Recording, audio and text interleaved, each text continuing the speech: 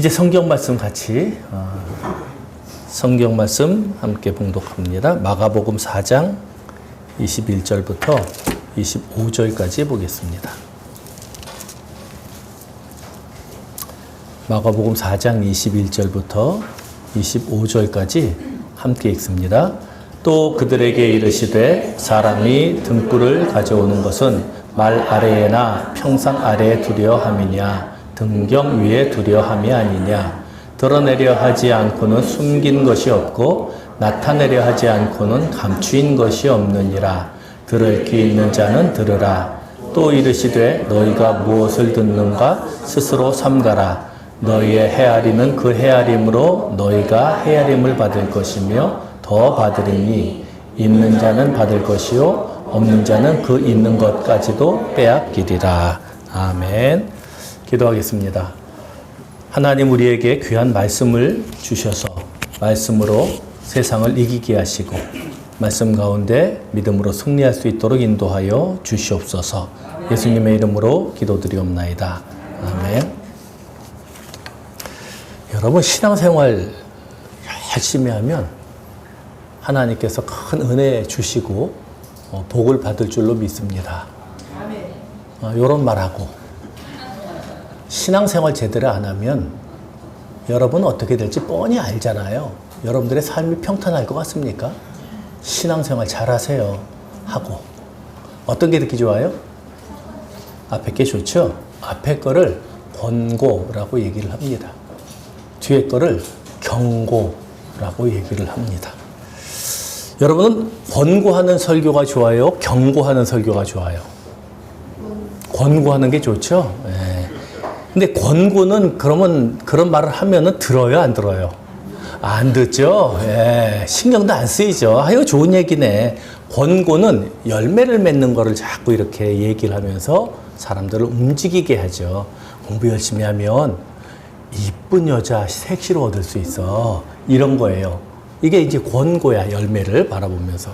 공부 안 하면 인생 조져. 이게 경고입니다. 대가를 치른다는 얘기예요. 제 설교는 권고가 많습니까? 경고가 많습니까? 예?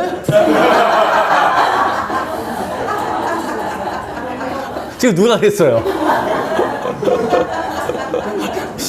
깜짝이야. 내가 그렇게 무섭게 설교하나? 전혀 예상치 못한 답이 나오니까 나도 당황스럽네. 설교를 잊어버려서 다음 설교를 할걸. 여러분, 권고와 경고는 사실상 같은 의미예요. 권고는 옳은 방향을 제시해 주는 거잖아요. 이렇게 하세요. 이게 좋아요. 얘들아, 이렇게 하면 너희 인생에 참 도움이 돼 하는 거고, 그래서 안 들으니까 뭐가 나와요? 경고가 나오는 거예요. 누가 처음부터 경고를 하겠습니까? 교통법규를 잘 지키세요.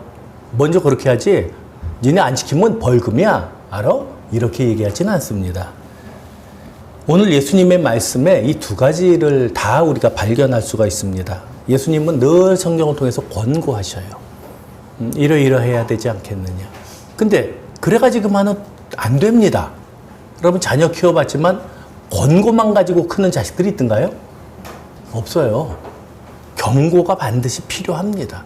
그래서 성경은 권고와 경고가 같이 들어가고 예수님은 권고하신 후에 또 경고도 하십니다. 지난주에 저는 믿음은 결코 쉽게 얻어내는 것이 아니다 이렇게 말씀을 드렸어요. 그래서 누가복음 8장 15절 말씀드리면서 좋은 땅에 있다는 것은 착하고 좋은 마음으로 말씀을 듣고 지켜 인내로 결실을 하는 거다. 이게 쉽습니까? 어렵습니까? 이거 참 어렵습니다. 듣기에는 쉽죠. 그래. 좋은 말로 받아들이고 그건 좋아요. 근데 인내로 결실한다. 여기는 또 이거 보통 일이 아니란 말이에요. 그래서 하나님 나라의 비밀은 공공연한 비밀이다 이렇게 말씀을 드렸습니다. 그 하나님 나라에 대한 말씀을 이어가는 거예요. 어떤 사람들은 여기에 보면 사실은 21절부터 25절이 가운데 끼어있는 구절이라고 신학자들이 이거는 딴 데서 이렇게 불러다가 삽입한 구절이야. 이게 워낙은 어디 붙어 있어야 돼. 신학적으로 하여간 성경을 보면 복잡한 게 많습니다. 그렇게 얘기하는 사람들도 있어요. 그런데 그렇지 않습니다. 이거는 지금 하나님 나라에 대해서 연속적으로 말씀을 하시는 중이에요. 근데 그게 이 산상수훈에 보면 앞부분에 나오거든. 이 비슷한 부분이. 그러니까 마치 여기에 있으면은 뭔가 좀 언밸런스한 것 같은데 사실은 하나님 나라에 대해서 계속 이어서 말씀하시는 거예요. 21절을 보면 또 그들에게 이렇게 말씀하시잖아요. 그러니까 뭐예요? 이어서 계속 말씀하시는 거다 하는 뜻입니다. 이번에도 예수님은 유대인들이 가장 친밀하게 느끼는 삶의 현장에서 당신이 전할 말씀을 가져오십니다. 등경에 관한 거예요. 집에 우리 이 불빛 없는 집 하나도 없잖아요. 당시 사람들도 똑같았겠죠. 등경이 있었어요. 우리나라 말로 하면 호롱불 같은 거. 당연히 있습니다. 집집마다 그건 당연히 있어요. 그러니까 뭐 모든 사람들이 야, 집에 등경이 있지? 그러면 네 라고 얘기를 해요. 그 등경이라는 것이 말이지 하고 얘기를 합니다. 그리고 모든 사람이 마음에 와서 닿는 거예요. 그러니까 설교는 딴 데서 설교학을 배울 필요가 없어. 예수님한테 배우면 최고야. 모든 사람들에게 공통적인 관심사를 가지고 당신이 하시고자 하는 말씀을 하는 거예요. 야, 하나님 나라는 이 등경을 어디에 놓느냐, 등경이 어떤 역할을 하느냐고 똑같아. 지금 그 말씀을 하시는 겁니다. 그래서 한편으로는 우리를 향한 권고가 되고 또 다른 한편으로는 우리를 향한 경고가 됩니다. 자, 그 첫 번째는 이 권고와 경고 첫 번째는 드러낼 것인가 숨길 것인가의 문제예요. 그게 이제 등경에 대한 문제거든요. 전기가 없었으니까 이 등자는 필수입니다. 근데 야, 누가 등경을 켜서 이 등경을 말 아래나 평상 아래에 두는 사람이 있겠느냐 이렇게 얘기를 해요. 말은 히히히히 말이 아니에요. 예, 그 말이 아니라 한 말, 두 말, 돛박이라고 그래서 성경에 표현이 됩니다. 공동번역 성경 같은 거 보면 누가 돛박 밑에 놓겠느냐라고 얘기해요. 그러니까 쌀독이 있으면 쌀독 밑에다가 누가 그걸 놓겠느냐. 초롱불을 쌀독 밑에다 놓을 수가 없지요. 그럴 필요가 없지요. 또 그렇게 해서도 안 됩니다. 평상은 앉기도 하고 잠자기도 하는 우리가 말하는 여러분들이 앉아 계시는 그런 의자 같은 거, 혹은 뭐 침대라든지 뭐 이런 거를 얘기할 거예요. 그렇죠. 우리가 지금 불이 나갔어요. 그러면 후레쉬를 우리는 갖고 올 거 아닙니까? 후레쉬를 갖다가 밑에다가 놔요? 아니죠. 우리가 캠핑을 가면은 불을 위에다가 답니다. 왜? 빛의 기능은 위에서 비춰주는 거니까. 밑에 있으면 그 기능을 잃어버린단 말이에요. 그래서 권고는 뭐냐 하면, 이 말씀에 대한, 등경에 대한 권고는 뭐냐면, 우리는 이미 하나님 나라에 대한 복음, 등불을 받은 사람들이란 얘기예요. 그러니까 우리는 등불이에요. 등불은 어떻게 해야 되느냐? 비춰야 돼요. 그게 등불이 하는 역할이에요. 무엇으로 비추느냐? 우리의 말로, 우리의 행실로, 뭐 여러 가지로 비추는 거예요. 그러니까 예수님이 말씀하시죠. 사람이 등불을 가져오는 것은 그 목적을 분명히 얘기하시는 겁니다. 사람이 등불을 가져오는 것은 말 아래나 평상 아래에 두려함이냐? 등경 위에 두려함이 아니냐? 등경 위에 두려고 가져오는 거다. 너희들 하나님 나라를 너희들이 소유한 사람들이라면 그 하나님 나라의 목적을 분명히 알아야 되는데 그것은 비추기 위함이다 하는 거예요. 그리스도인들은 자기가 있어야 할 자리를 알아야 됩니다. 물리적인 위치뿐만이 아니라 사람들과의 관계에 있어서도 내가 있어야 될 자리가 있어요. 별로 아는 것도 없는데 아는 척하는 사람들, 자기 자리가 아니에요. 별로 돈도 못 버는데 고급 외제차 몰고 다니는, 월급 200인데 차값으로 200 나간 애들이 있더라고요. 그리고 나머지 그 비용은 막 알바하고 람보르기니 타고 알바하는 거지, 배달. 이렇게 하는 애들이 있어요. 자기가 있어야 할 자리를 지금 어긋났잖아요. 우리 알잖아요. 그게 무슨 의미인지. 자기 자리를 지킨다는 것은 그렇게 중요한 겁니다. 물질을 사용함에 있어서도 자기 자리를 지켜야 되고요. 우리의 말과 행실에 있어서도 자리를 지켜야 돼요. 어떤 회의를 한다 그러면 그냥 이게 뭐야 이렇게 비아냥거리는 사람들이 있어요. 그거는 자기 자리가 아니에요. 바른 자리가 아니에요. 자기가 어떤 태도로 무엇을 요청하는지를 말하는 것이지. 정치하는 사람들 보면 여러분 현수막 많이 보잖아요, 요새. 그게 있어야 할 자리에 있는 현수막들이 아니에요. 그리고 해야 될 말들이 아니에요. 그 사람들이 정책을 얘기합니까? 조롱을 얘기하잖아요. 여는 야를 조롱하고 야는 여를 조롱하잖아요. 그 사람들은 지금 있어야 할 자리에 있는 사람들이 아니에요. 그리스도인이라면 마땅히 자기의 자리를 소중히 여기고 이 자리를 지켜나가는 것이 필요하다 하는 말씀입니다. 그것이 권고예요. 등불이 말 아래 혹은 등경 아래 있을 때는 언제 있는 거예요? 불이 꺼졌을 때. 불이 꺼졌을 때. 불이 꺼지면 위에 있어봐야 아무 소용이 없어요. 걸리적거려요. 머리 들이박기만 하고. 밑에다가 발에 안 치는 데다가 잘 박아놔야 돼요. 그러니까 등불이 빛을 발하지 못한다. 그러면 쓸데가 있느냐? 쓸데없다. 마치 짠맛을 잃은 소금과 같아서 쓸데없다 하는 거예요. 복음을 접했다면, 복음에 대해서 진지하게 고민하고 선택했다면 우리는 선택해야 됩니다. 등경 위에 놓을 것인가? 등경 아래에 놓을 것인가? 등경을 그 위에, 말 위에 놓을 것인가? 말 아래에 놓을 것인가? 평상 위에 놓을 것인가? 평상 아래에 놓을 것인가? 내 위치는 어디에 있어야 하는가? 하는 고민이, 그 고민이 없이 우리가 신앙생활을 하면서 하나님 내게 주시옵소서, 나를 건강하게 해주시고 내 자식이 잘 되게 해주시고 막 계속 이런 얘기만 한다면 우리는 신앙을 가진 사람이 아니에요. 신앙은 근본적으로 나의 됨됨에 대한 문제입니다. 내 존재 가치에 대한 문제가 첫 번째 신앙의 이유예요. 근데 그게 아니라 이루는 것에 대한, 무엇인가 받는 것에 대한 것만 우리가 끊임없이 추구한다면 우리는 그리스도인이라고 말할 수가 없는 겁니다. 이 땅에 얼마나 가벼운 그리스도인들이 많습니까? 그렇잖아요. 자기 것을 위해서 욕심부리고 그냥 탐욕스럽게 남을 해치기도 하고 그러면서 자기는 그리스도인이라고 그러는 사람들이 얼마나 많습니까? 물론 우리는 올 때는, 교회 올 때는 켜서 등경 위에 두고 또 사회생활 할 때는 등경 밑에 두고 이렇게 위에 놨다 아래 놨다 위에 놨다 아래 놨다 껐다 켰다 켰다 켰다 그래가지고 나중에 헷갈려서 내가 이게 끈 거야 킨 거야 위에 아래야 막 정신없이 살아가는 그런 사람들이 또 많죠. 우리도 그럴 때가 많습니다. 그러니까 내가 지금 꺼졌나 켜졌나 이것도 모를 때가 많아요. 예수님은 하나님 나라라는 등불은 항상 켜져 있어야 된다 그렇게 말씀을 하십니다. 자, 함께 22절을 읽어볼까요? 22절을 함께 읽습니다. 22절 시작. 드러내려 하지 않고는 숨긴 것이 없고 나타내려 하지 않고는 감추인 것이 없느니라.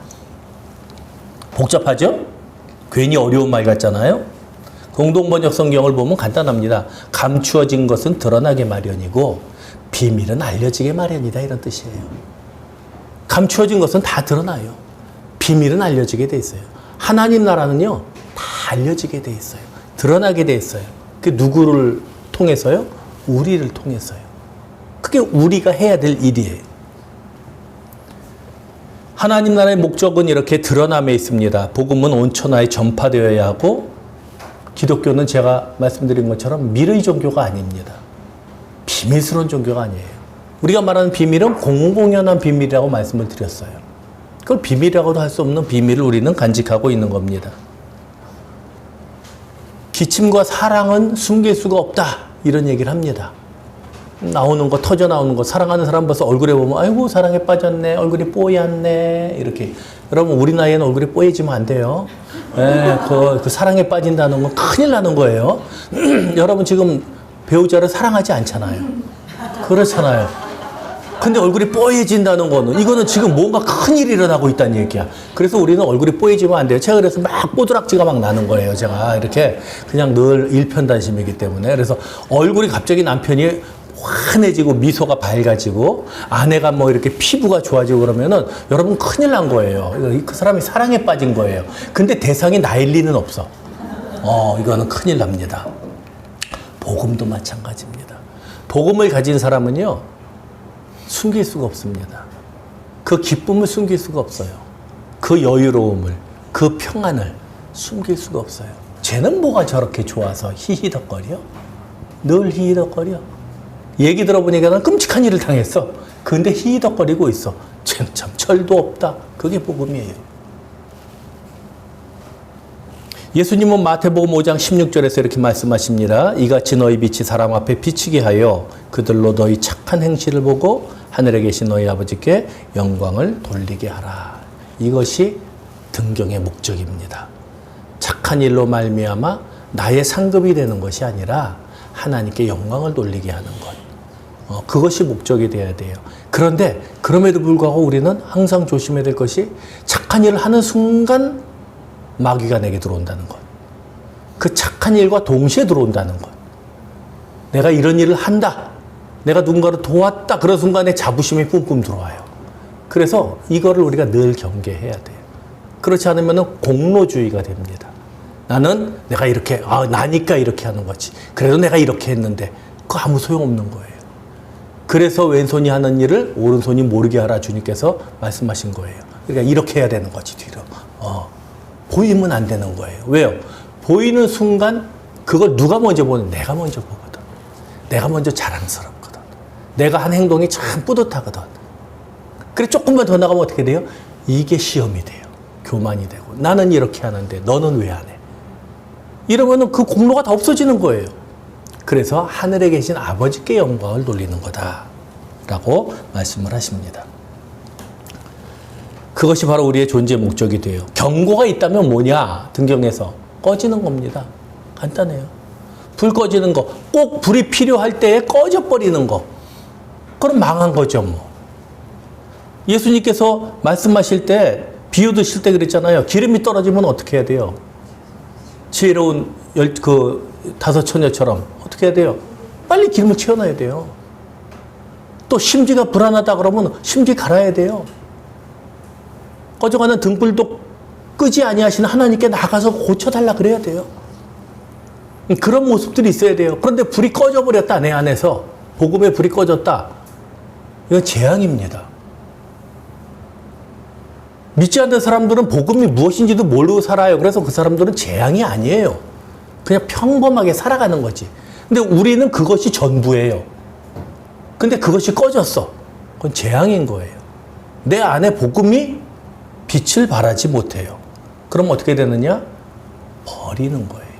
고쳐서 쓸 수 없으면 버리잖아요. 우리 얼마 전에 여기 불날 뻔했어요. 예. 그 뉴스 보면서 뭐 무슨 김치냉장고가 뭐 어떻게 돼가지고 뭐 불이 나고 막 그런 뉴스를 본 적이 있거든요. 근데 그런 뉴스를 봤는데 뭐 신경도 안 썼어. 근데 주일날, 다행이죠. 주일날 이렇게 민윤 집사님하고 있는데 집사람이 나오더니 경련 아빠 냄새가 나 그래. 뭔 냄새야? 밥 냄새겠지. 그러지 갔어요. 갔더니 탄내가 나는 거야. 봤더니 그 김치냉장고 뒤가 이제 모터가 타는 거예요. 부부부 해가지고. 그래가지고 조금 있다가 내가 어쩌다 그러겠지. 그리고 청소하고 딱 꼈어요. 조금 있다가 더 나는 거야. 그래가지고 빨리 빼가지고 끝. 김치냉장고는 그냥 창고로 쓰고 있습니다. 그냥 창고로 쓰는 거예요. 저거 어떻게 해야 되냐? 지금 뭐 넣어놓는 도구로 쓰는데 필요 없으면 버려야죠. 역할을 못하는 제품은 버리는 거 아닙니까? 망가지면 버려야 되는 거 아니에요. 아니, 이 등경이 빛이 없으면 어디다 써요? 거기다 밥 말아 먹어요? 그거 어디다, 뭘 쓸 거야, 거기다가? 쓰고 다닐 거야, 이렇게?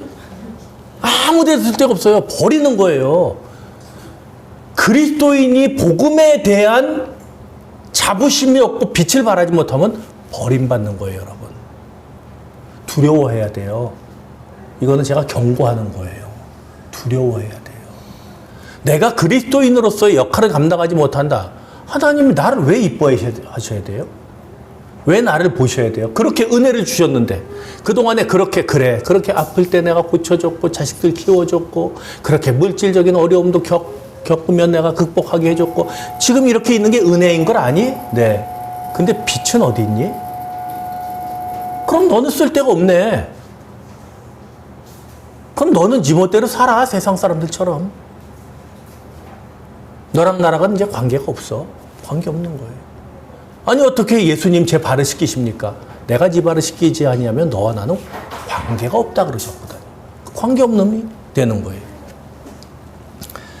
예수님의 권고에 먼저 귀를 기울이시고 그 권고를 신중하게 생각하시길 바랍니다. 그러지 않는다면 경고가 날라옵니다. 그 경고는 두려움의 경고예요. 회개하라 천국이 가까웠느니라 라고 얘기해요. 누가 너에게 임박한 진노를 피하라 하더냐. 그것이 경고입니다. 예수님의 권고처럼 빛을 비추는 등경이 되시기를 원합니다. 경고처럼 불을 꺼뜨리지는 마세요. 자, 두 번째가 있습니다. 권고와 경고 두 번째는 받을 것인가 빼앗을 것인가예요. 받을 것인가 빼앗을 것인가. 우리가 이 예수님의 비유에서 좀 심각한 주제로 이제 이야기가 더 나아갑니다. 빛을 비추는 것에 대해서 좀 더 심각하게 나가는데 24절, 25절 함께 읽겠습니다. 또 이르시되 너희가 무엇을 듣는가 스스로 삼가라. 너희의 헤아리는 그 헤아림으로 너희가 헤아림을 받을 것이며 더 받으리니 있는 자는 받을 것이요 없는 자는 그 있는 것까지도 빼앗기리라. 얼핏 보면은 이게 그렇게 들리죠. 남 비판하지 마라. 그죠? 얼핏 보면 그래요. 헤아리지 마라. 헤아리는 헤아림으로 너희가 헤아림을 받을 것이다. 근데 25절을 보면 좀 이상하죠? 있는 자는 받을 것이요 없는 자는 그 있는 것까지도 빼앗기리라. 이거는 또 헤아림하고 조금 관계가 없어요. 그래서 이 헤아림에 대한 얘기냐 남을 비판하지 말라는 얘기냐 하면은 뭐 그렇게 해석을 해도 뭐 큰 문제는 되지 않습니다. 여러분 정치인들 보세요. 한때 자신들이 그렇게 비난하고 조롱했던 말들이 부메랑에 대해서 자기를 괴롭힙니다. 자기네들은 그렇게 깨끗한 것처럼 아무것도 아닌 것처럼 자기네들은 나라를 위해서 일하는 것처럼 했던 사람들이 그 더러운 모습들이 다 보이기 시작을 해요.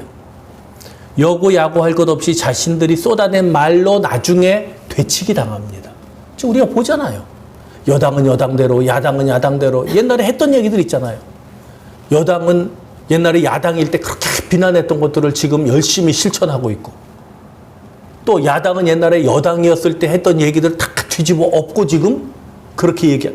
이거 뭐 말도 안 되는 일을 하고 있는 거예요. 마치 자기는 청렴 결백한 것처럼 의로운 것처럼 자기는 그냥 이 나라만 생각하는 것처럼. 그런데 입장이 바뀌는 순간 다 그 헤아림이 자기한테 와요. 이 무섭지 않습니까? 그런데도 반성 없어요. 과거 이런 얘기 했던 거 참 부끄럽습니다. 우리가 이제라도 반성합니다. 이런 얘기 없어요. 그냥 시간 되면 지나가겠지 그러고 넘어갑니다. 부끄러워하지도 않고 파렴치해도 이렇게 파렴치할 수가 없습니다. 그런 사람들이 나라를 위한다고 국민을 위한다고 나서는 걸 보면 정말 꼴불견도 이런 꼴불견이 없습니다. 야당이 되면 자신들이 여당일 때에 했던 말과 행동들을 송두리째 뒤엎고 또 반대로 여당이 되면 자신들이 야당일 때 그렇게 비난했던 그 행동들을 하고 국민들은 바본 줄 아나 봐요. 바본 줄 아나 봐요. 그들의 그런 행태 때문에 국민들끼리 치고받고 싸웁니다. 자살을 하기도 하고 칼을 가지고 뭐 찾아가기도 하고 별짓을 다 해요. 그런 사람들에게 주는 경고입니다. 너희가 헤아리는 그 헤아림으로 헤아림을 받을 것이다. 단지 정치의 문제가 아니죠. 우리 삶을 돌아봐도 똑같습니다. 나의 유익이 된다 그러면 이 사람과 이렇게 가까웠다가 조금 뭐가 비틀려요. 그럼 그 관계가 그냥 깨집니다. 10년, 20년 사귄 사람이 하루아침에 남이 돼요. 원수가 돼요. 그런 인간들 꼴 보기 싫어. 어제까지만 해도 칭찬했던 사람이에요. 그 사람 참 되는데. 근데 자기의 이익과 뭐가 상충이 돼. 그럼 어떡하느냐? 하루아침에 그 신뢰가 깨지고 몹쓸 놈이 되는 거예요. 나는 정상이지. 항상 남이 문제야. 너무 쉽게 헤아리고 너무 쉽게 비판하고 비난합니다. 그게 나한테 돌아온다는 걸 생각을 해야 되는데 그 생각을 하지를 못해요. 그래 어떤 사람들은 이렇게 가지고 그래도 뭐 이쪽도 좋고 이쪽도 좋고 그럼 뭐라 그러냐? 회색 분자구만. 박쥐 같은 인간이야. 이렇게 또 얘기를 해요. 그러니까 세상에 헤아리는 거 투성이야. 오른쪽에 있으면 왼쪽에 있는 사람들이 욕해. 왼쪽에 있으면 오른쪽에 있는 사람들이 욕해. 가운데 있으면 양쪽에서 욕먹어. 참 살기 힘든 세상입니다. 살기 힘든 세상이에요. 오늘 예수님의 말씀은 이런 헤아림을 말씀하신다고 봐도 되지만 그런데 우리에게는요. 이 세상의 그 똥덩어리 같은 정치보다는 더 중요한 얘기를 지금 하시는 거예요. 지금 우리가 그걸 가지고 분노할 때가 아니에요. 뭐 야당이 이랬네 여당이 이랬네 그거 가지고 분노하지 마세요. 그게 뭐 그렇게 분노할 일이에요? 지금 이 정부에 마음에 안 들면 다음에 다른 정부 투표하시면 돼요. 지금 야당 마음에 안 들면은 지금 여당 투표하시면 돼요. 그게 여러분들이 하는 일이에요. 거기에 분노해가지고 뭐 내가 빈정상하고 건강상할 정도로 그러지 마세요. 그 세상 가치에 왜 그렇게 큰 무게를 둡니까? 예수님이 오늘 하시는 말씀이 얼마나 심각한지를 제가 말씀드릴게요. 우리가 지금 다루고 있는 주제가 뭡니까? 다루고 있는 주제가 뭐예요? 하나님의 나라. 이게 하나님의 나라를 이꼬로 천국이라고만 생각하시면 안 돼요. 천국은 우리가 자꾸 죽어서 가는 곳이라고 생각을 하잖아요. 그러니까 하나님 나라는 바꾸면은 천국이죠. 하나님 나라가. 그런데 하나님 나라 그러면 뭔가 좀 다르잖아요. 나라 같잖아. 근데 천국 그러면 뭔가 죽어야 될 것 같잖아. 똑같은 말인데. 그래서 하나님 나라라는 말을 쓰는 것이 좋아요. 하나님 나라는 하나님의 다스림과 통치가 이루어지는 곳. 그래서 이 세상도 하나님 나라가 될 수 있고 내 마음도 하나님의 나라가 될 수 있고 내가 죽어서 가는 곳도 하나님 나라가 되는 거예요. 하나님 나라 개념은 훨씬 큰 거예요. 천국 그러면 우리가 자꾸 협소하게 죽은 다음에 가는 것만 생각을 한단 말이에요. 이 하나님 나라의 복음이 주제인데 예수님께서 오늘 그 복음을 들은 우리에게 권고하시고 경고하시는 거예요. 이 헤아림은 무슨 헤아림이냐면요. 하나님 나라에 대한 헤아림이에요. 지금 하나님 나라에 대해서 말씀하고 계시잖아요. 그래서 뭐라고 말씀하시느냐. 너희가 무엇을 듣는가 조심해라. 너희가 헤아리는 그 헤아림으로 헤아림을 받을 것이다. 너희들 내게 복음을 들었지? 그러면 그 복음을 한번 헤아려봐. 하나님 나라에 대해서 배웠지? 헤아려봐. 그것이 너에게 어떤 의미가 있는지, 네 삶에 얼마만큼의 중요성이 있는지 생각해봐. 헤아려봐. 계산해. 계산하고 나랑 얘기하자. 즉 그 얘기 하시는 거예요. 너희가 헤아리는 그 헤아림의 결과에 따라서 나도 너희를 헤아릴 거야 라고 말씀하시는 거예요. 무섭잖아요. 그 고민이 없으면 우리는 복음이 없는 거예요.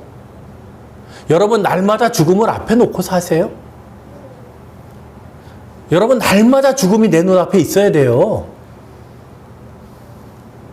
죽을까 봐 두려워하라는 얘기가 아니라 나는 필멸의 존재라는 걸 잊으면 안 돼요. 지혜자는 늘 필멸의 존재라는 것을 인식하고 살아가는 사람들이에요. 내일 여러분 가운데 누가 돌아가셨다고? 내일 내가 죽었다고 여러분들이 부고를 받을 수가 있는 게 우리의 삶이에요. 누가 알아요, 그걸? 나는 아니에요. 통계적으로는 아니지. 누군가 오늘 죽잖아요. 늙어서 죽는 것 말고 사고로도 죽잖아요. 그 사고 가운데 내가 포함되지 말란 법은 없어요. 그게 500만 분의 1이라 그래도 세상에요. 로또가 850만 분의 1이에요. 근데 누군가는 맞아요, 안 맞아요? 맞아요. 1000명이 가위바위보해서 한 명이 1000명 식사분을 내기로 해. 그러면 하겠어요, 안 하겠어요? 하죠. 왜? 내가 1000명 중에 한 명이겠어? 1000명 중에 한 명이 있다니까? 그게 내가 되지 말란 법이 없는 게 인생이에요. 저는 정직하게 말씀드려서 하루도 죽음을 생각해 보지 않은 적이 없어요. 날마다 죽음을 생각해요. 내가 오늘도 죽을 수 있지. 그거는 그거 두려워하는 것이 아니라 그러기 때문에 내가 어떻게 살아야 하는가를 고민하는 거예요. 당연히 내일이 내게 온다고 생각하면 안 돼요. 내일은 선물이에요.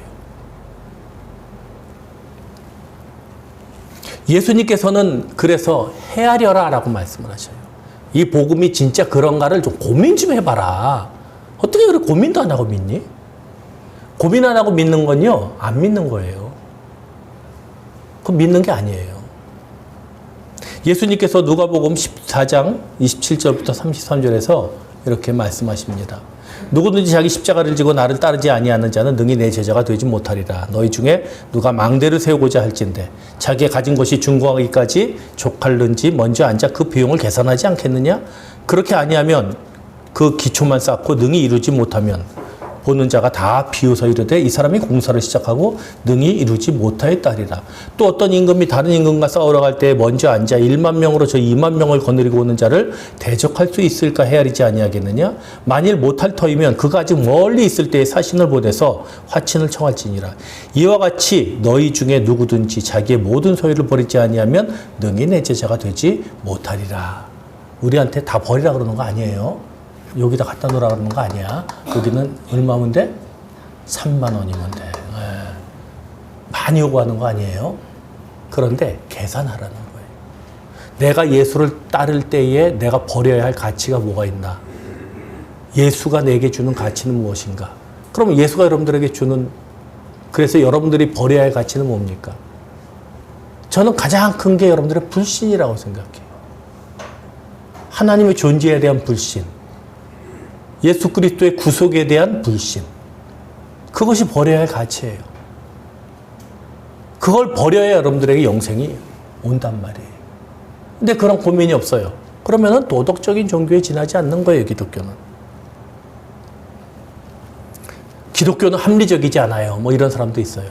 여러분, 합리적인 게 어떻게 종교가 됩니까?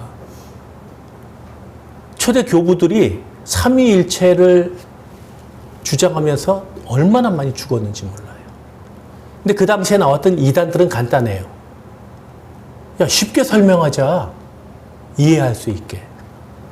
그래서 하나님이 계시고 성자가 있고 성령이 있어. 이렇게 셋이 다른 신이면 끝나지 않아? 간단하죠? 세 분이 다 다른 신이야. 그래, 하나님은 하나님의 역할을 하고 예수님이 예수님의 역할을 해. 성령님은 성령님의 역할을 해. 그렇게 믿으면 될 걸 왜 삼위일체를 해? 근데 성경에 그렇게 계속 언급이 되는 거라. 아버지와 나는 하나이다. 나를 본 자는 아버지를 보았거늘 태초부터 내가 하나님 아버지와 함께 있었다. 이런 얘기를 보면은 이게 또 셋이 다르지가 않거든. 아버지와 나는 하나라 그러니까 하나인데 왜 셋이래? 결론은 뭐냐면은요. 이 초대교회 순교자들은 이성으로 이해할 수 없는 것을 지키기 위해서 죽어간 거예요. 그럼 그 당시에 이단들은 뭐냐? 그냥 쉽게 설명하자예요. 여러분, 기독교가 쉽습니까? 내가 그렇게 쉬워 보이니? 이게 하나님 말씀이에요. 안 쉬워요. 이성과 믿음의 그 상관관계를 어떻게 우리가 설명합니까? 못합니다. 예정과 자유의지는요? 못합니다. 예수님의 인성과 신성은요? 설명 못한다니까요. 그 신학은 뭐냐? 어저께 신현이가 한참 이제 저랑 한 2시간 얘기하다가 결국은 그거예요. 내가 신학하기를 정말 잘못한 것 같아요. 왜 그랬더니 뭐 확실한 게 하나도 없어. 근데 확실한 게 하나도 없는데 그거를 연구해야 된대. 그 얘기를 듣고 나니까 또 그렇더라고. 자기네들은 확실한 데이터를 가지고 뭘 하잖아요. 세상이 그렇지 않은데 확실한 게 하나도 없대. 근데 그거를 학문을 해야 된대. 이게 말이야, 방구야? 그게 신학이에요. 그리고 그게 신앙이에요. 말도 안 되는 그것이 내 안에서 말이 되는 게 신앙이라고. 복음을 접하는 순간 우리는 헤아리게 됩니다. 그리고 그 헤아림으로 우리는 다시 헤아림을 받게 돼요. 누구로부터요? 하나님으로부터요. 그래서 헤아림을 받을 것이요. 헤아리는 그것으로 너희가 헤아림을 받을 것이요 라고 할 때 그 헤아림을 받는다는 것을 신적 수동태라고 얘기합니다. 하나님이 헤아리신다는 뜻이에요. 이건 뭐예요? 심판이에요. 이것이 어떤 이에게는 영생으로 갈 것이고 어떤 이에게는 심판으로 갈 거예요. 그럼 이것도 고민이 돼야 돼요. 심판이 뭔데요? 지옥 가는 거예요? 우리 전통적인 기독교에서는 죽어서 지옥 가는 거예요. 그 지옥은 어때요? 그냥 불이 꺼지질 않아. 소금 튀기듯이 튀겨져 우리가. 살벌하잖아 그 얘기 들으면. 여호와의 증인들 같은 경우에는 심판이 소멸하는 거예요. 그러니까 우리 정통 기독교 안에서도 심판에 대한 견해들이 여러 가지 있어요. 그 가운데 우리는 성경에 나와 있는 것을 한 가지 이것이 가장 성경 해석에 부합하다고 해서 선택하는 거예요. 근데 여러분들이 정말 고민한다면 읽으면서 그게 아니구만. 나는 이런 심판을 믿어. 나는 소멸이라는 걸 믿어. 그러면 그렇게 믿어도 돼요. 근데 적어도 뭐는 있어야 돼요? 헤아려는 봐라. 헤아려는 봐라. 헤아려보지도 않고 내 그냥 마음에 따라서 아예 천국이 그런 게 어딨어? 지옥 그런 게 어디 있어? 그러면 듣지 말고. 들을 필요도 없지. 왜? 듣는다는 건 뭐예요? 헤아리려고 듣는 거 아닙니까?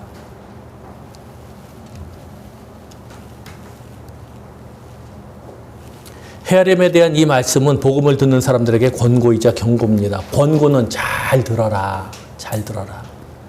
경고는 내가 헤아릴 것이다. 라고 말씀을 하는 거예요. 예수님은 마가복음 10장 30절에서 말씀하십니다. 현세에 있어 집과 형제와 자매와 어머니와 자식과 전토를 100배나 받되 박해를 겸하여 받고 내세의 영생을 받지 못할 자가 없느니라. 헤아린 사람들의 특징이에요. 너희들이 헤아려 복음에 깊이 들어오고 복음을 이해하고 그것을 인정한다면 현세에 있어서 집과 형제와 자매와 어머니와 자식과 전토를 100배나 받을 것이다. 아니 어떻게 어머니를 받아요? 형제를 어떻게 100배를 받... 지금 형제 하나 있는 것도 피곤한데 100명을 받는다고? 안 받고 말지. 그건 무슨 뜻이에요? 우리가 또 다른 가족에서 얘기했었잖아요. 진정한 가족이 누군지. 그리스도 안에서 많은 사람들이 내게 어머니와 같이 되고 내게 형제와 같이 되는 거예요. 그런 유기적인 관계가 이루어지는 거예요. 복음 안에서의 교제를 얘기하는 거예요. 그 순종의 대가는 모든 것에 100배 열매를 내가 맺게 해줄 것이다. 그리고 마지막에는 영생을 내가 허락할 것이다. 그러니 헤아려 봐라. 너희들이 받을지, 받고 고할 건지, 받고 다이할 건지, 너희들이 한번 생각해 봐라 하는 거예요. 예수님의 말씀은 우리가 왜 복음을 진지하게 헤아려 하는지에 또 관심을 가져야 하는지에 대한 소중한 가르침이 됩니다. 여러분 음악 좋아하시죠? 음악 좋아해요. 근데 음악 가운데서도 우리가 좋아하는 게 옛날에 저 같은 경우에는 나 어떡해 이런 노래 그냥 그런 거 좋아하려고 노력하셔요? 여러분 가요나 뽕짝 좋아하려고 노력하셔서 좋아지는 사람 있어요? 그냥 들으면 좋아요. 들으면 좋아요. 그냥 가볍게 듣고 마는 거예요. 좋아요. 그런데 여러분들이 재즈를 좋아하거나 클래식을 듣고 처음부터 좋아하는 사람이 있을까요? 없어요. 특히 클래식 같은 경우에는요, 그냥 좋아지는 법이 없어요. 절대로. 그건 들으면은요, 미친놈들이나 이런 걸 듣지 누가 들어?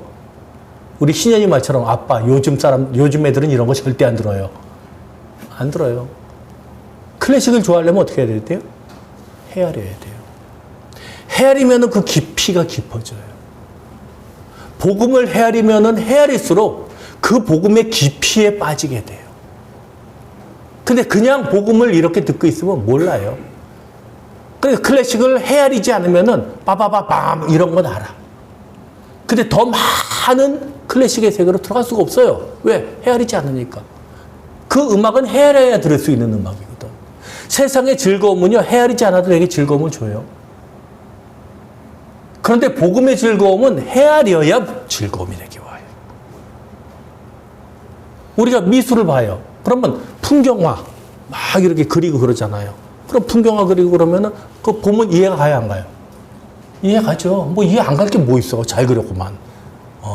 루베스 그림이라든지 이렇게 십자가에서 내리심, 십자가에 달리심 이런 거 보면은요, 가슴 뭉클해요. 근데 요새는요, 가서 이렇게 보면 뭐래? 이건 또 뭔 그림이야? 이건 또 그림이니? 이건 또 무슨 그림이니? 이렇게 돼요. 근데 그걸 보고 참 대단하다. 이런 사람들이 있어요, 없어요? 있어요. 그 사람들은 어떤 사람들이에요? 뻥치는 사람들이에요? 헤아린 사람들이에요. 헤아리는 만큼이에요.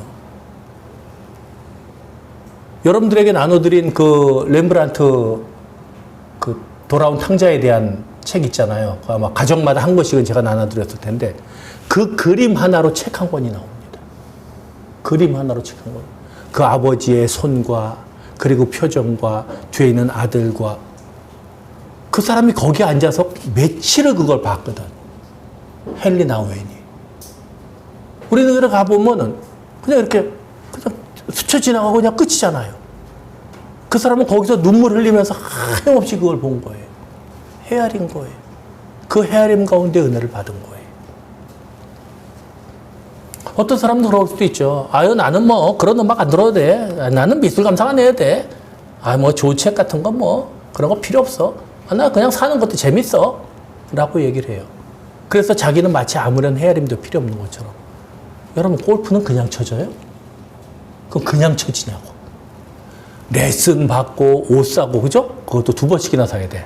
하루에 한 번씩 갈아입어야 되려면. 막 사야지, 골프채 사야지, 뭐. 이게 다 무슨 과정이에요? 헤아리는 과정이에요. 우리 인생이 헤아리지 않는 게 없어요. 어떤 사람 만날 때 아무나 만나가지고 내가 밥 사줄게 그러고 만나요? 아니요. 내가 이 사람을 사줄 가치가 있구나. 할 때 사주는 거 아니에요. 내가 이 사람을 만나가지고 참 즐겁구나. 혹은 상호간에 도움이 되는구나. 뭐 헤아리지 않는 건 없어요, 우리가. 여러분, 술 왜 마셔요? 술 마시는 기쁨이 있잖아요. 어떤 술이 더 즐거운가? 그래서 연구하는 거예요, 우리 청년이처럼. 와인에 대해서 연구하고 막걸리에 대해서 연구하고. 그런데 어저께는 와가지고 또 끔찍한 얘기를 하더라고요. 아빠, 향수에 관심이 생겼어요. 제발 좀 그것만 하면 안 되겠니? 물론 아빠가 이런 말씀 드리면 싫어하시는 건 알지만 그러면 좀 하지 않으면 안 되겠니? 얘는 무슨 관심을 갈 때마다 겁이 나. 너무 헤아려. 복음에 대해서 좀 헤아렸으면 좋겠어. 우리는 헤아린 인생을 살아요. 근데 왜 우리가 믿는 이 복음에 대한 헤아림이 그렇게 부족하냐고요. 여러분, 고민하세요. 내가 믿고 있는 이 예수라는 존재가, 기독교라는 이 가르침이, 복음이라는 이 귀중한 것이 내 삶에 어떤 의미가 있지? 나는 그러면 이 복음을 가지고 어떤 삶을 살 거고, 내 사후에까지 이 복음이 영향을 미친다고 김현 목사는 그렇게 맨날 소리치는데, 이게 진짜야, 가짜야? 여러분 안에 헤아림이 있길 바래요. 저는 제 헤아림을 가지고 제 나름대로의 결론을 내리고 여러분들에게 말씀드리는 거예요. 그래, 여러분들은 여러분들 안에서 여러분들의 헤아림을 가져야 돼요. 그래서 나는 기독교가 그래 좀 더 시간을 두고 고민해야 할 부분이 있다고 생각을 해. 좋아요, 그런 결론도. 제일 나쁜 게 뭐냐? 아무 생각 없는 거. 아무 생각 없는 거.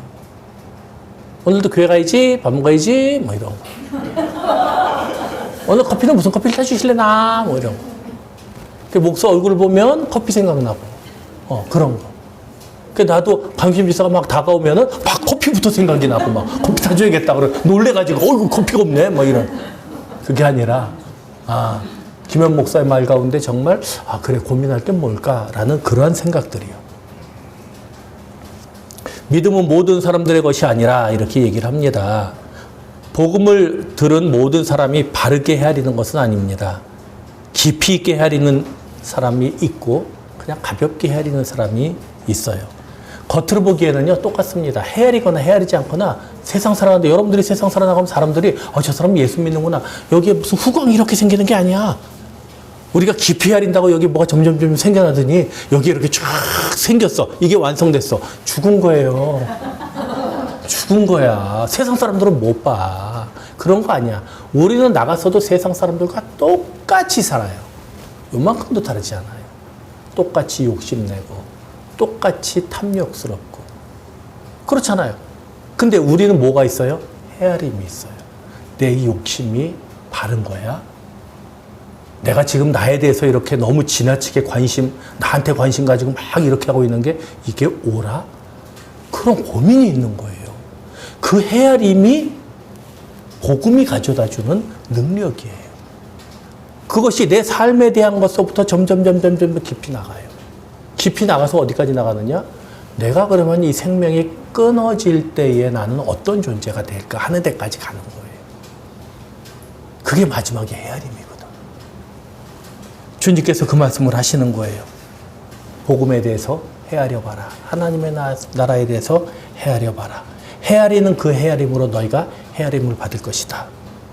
그리고는 어떻게 됩니까? 마지막에 보니까 있는 자는 받을 것이요. 없는 자는 그 있는 것까지도 빼앗기리라. 이게 뭐예요? 복음이 그렇다. 너희가 헤아릴수록 하나님의 나라가 너희에게 더 주어질 것이고 헤아림이 없는 자는 그 있는 것까지도 빼앗기게 될 것이다. 1 더하기 1이 2가 아니라 1 더하기 1이 4, 8, 16이 될 수 있는 거예요. 4 빼기 1이 3이 아니라 4 빼기 1이 2가 될 수도 있고 0이 될 수도 있고 마이너스가 될 수도 있는 거예요. 헤아림은 그만큼 중요합니다. 그래서 예수님의 권고와 경고에 대해서 우리가 헤아릴 수 있어야 됩니다. 나는 어떤 사람으로 살 것인가? 나는 어떤 삶을 추구하는가? 결국은 나는 어떤 죽음을 준비해야 할까? 나는 내 사후의 세계에 대해서 어떤 개념을 가지고 이 세상을 살아갈까?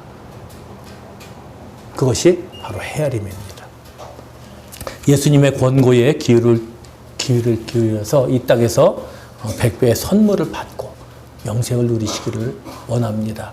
그것이 여러분들에게 주어지는 가장 큰 축복임을 제가 알기에 여러분들이 꼭 그러한 자리에 이르시기를 소원합니다. 기도하겠습니다.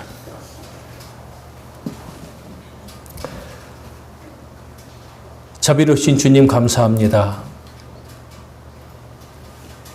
주님께서 우리를 날마다 인도하시고 이끄심을 감사합니다. 주께서 우리에게 주신 하나님 나라의 복음을 헤아릴 수 있는 지혜를 주시고 그 헤아림으로 우리가 아버지께 헤아림 받는다는 것을 잊지 않게 하여 주시옵소서. 그리하여 말 위에 놓여진 등경이 되게 하시고 또한 우리의 헤아림이 복음을 향한 헤아림, 하나님의 선물을 30배, 60배, 100배의 결실을 위한 헤아림이 될 수 있도록 인도하여 주시옵소서. 경고에 이르지 않도록 우리의 삶을 돌보시게 하시고 주님의 권고에 귀를 기울여 우리의 삶을 살아나가는 지혜를 허락하여 주시옵소서.